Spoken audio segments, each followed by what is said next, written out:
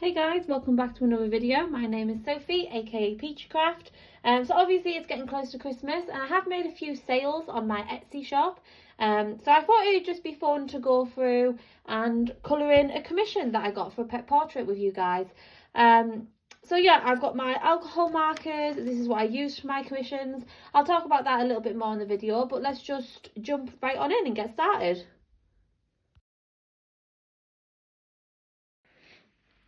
So, as I mentioned, this is a commission I received for Christmas. And typically with my pet portraits, I do have a 1 to 2 week creation time on Etsy. But the person that did message me, they are a repeat buyer. They've purchased quite a few stuff from my shop. And I don't have any other commissions to do. So I thought, do you know what? Yes, I'll be able to get this done for Christmas. But because of postage and Royal Mail and just the delays that you receive, I would definitely recommend first class tracked postage, just to make sure they definitely get it in time for Christmas. And I do ask that if ever it's ever tracked packaging, that the client does pay for the postage, as a lot of artists do, just because it is quite a large expense. So yeah, so this is for a repeat purchase customer on my shop, and it's for their sister-in-law or something like that. It's of their dog. It's an Italian Greyhound. And I don't think I've ever had a commission for Italian Greyhound before, so that's really, really exciting.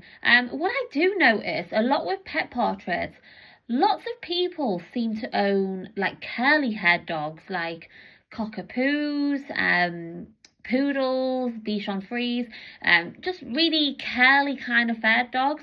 I get quite a few of them, which is ironic because curly fur is probably the most difficult to actually draw and recreate. But I do get a lot of dogs with curly hair for some strange reason.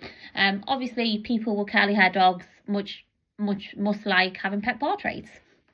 But yeah, so I enjoyed doing this. I have kind of placed a rush order on it, just so they definitely get it in time for Christmas.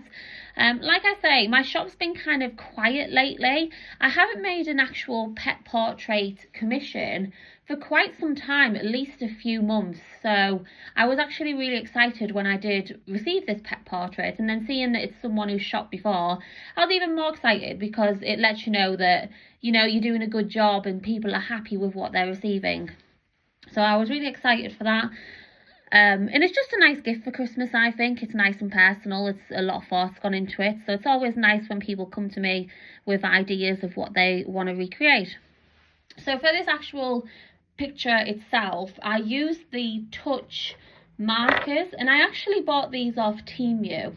I do have a hoo-hoo markers as well, but I only have the pastel set and the skin tone set, and I just didn't have the colours I needed to make dog pictures.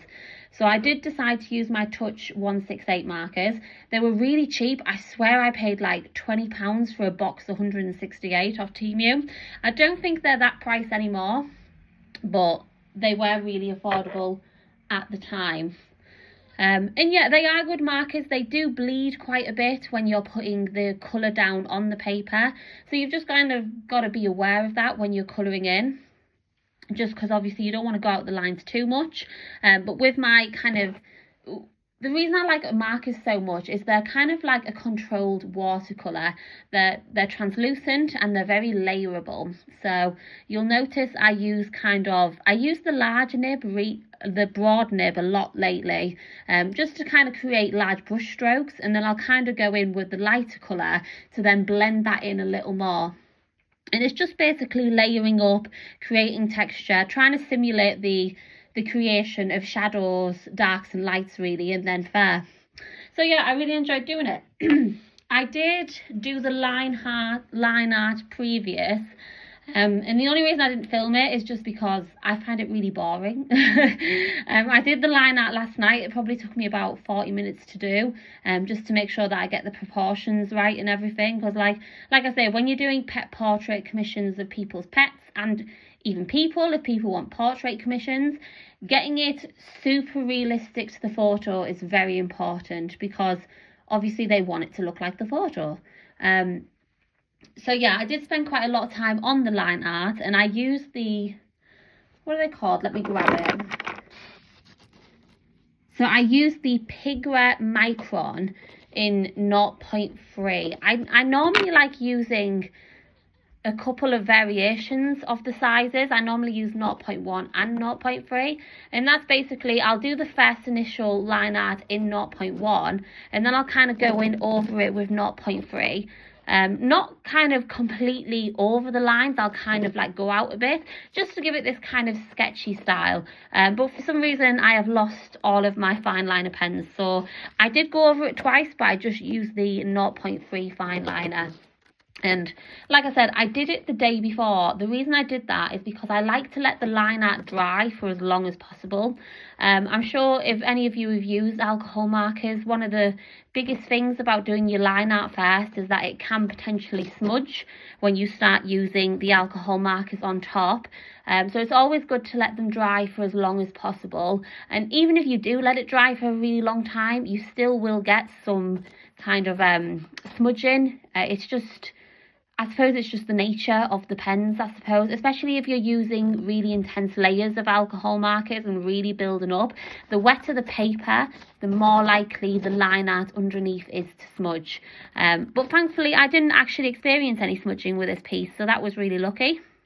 Normally I do get a little bit, but you can always disguise it at the end with like fine liner highlights and just like darker blending on top. You can always use to disguise it as well. But I would definitely recommend, if you are going to do your line art first, to do it the night before and let it dry. Obviously it's annoying if you're feeling really in an arty mood, but you just got to do what you got to do.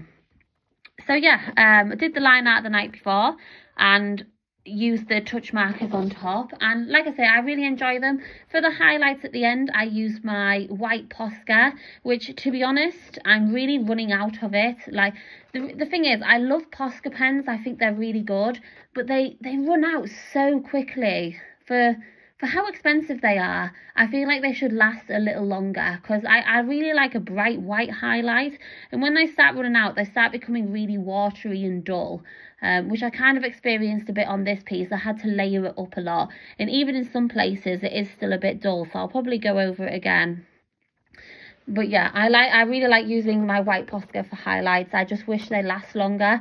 I do need to buy another one, but like I say, they're expensive, so I'll just have to wait to purchase another one. So yeah, I'll just let everyone enjoy the rest of the video. Let me know what you guys think. Do you use alcohol markers a lot?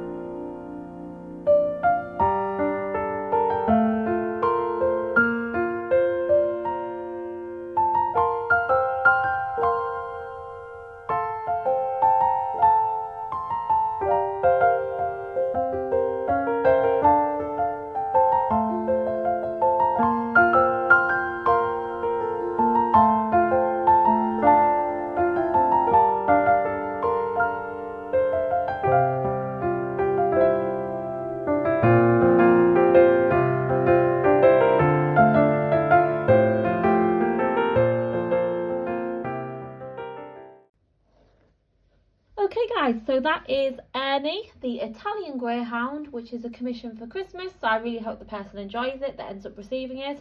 It was really fun to paint, colour in. I used loads of warm grey markers, just because he's more of a grey tone dog. And judging from the photographs, he's definitely leaning more warm toned. So yeah, let me know what you think. Let me know if you enjoy using alcohol markers. They are one of my favourite mediums to use. And just let me know if you enjoyed the video. Make sure to like and subscribe, and I'll catch you in the next video. Bye guys.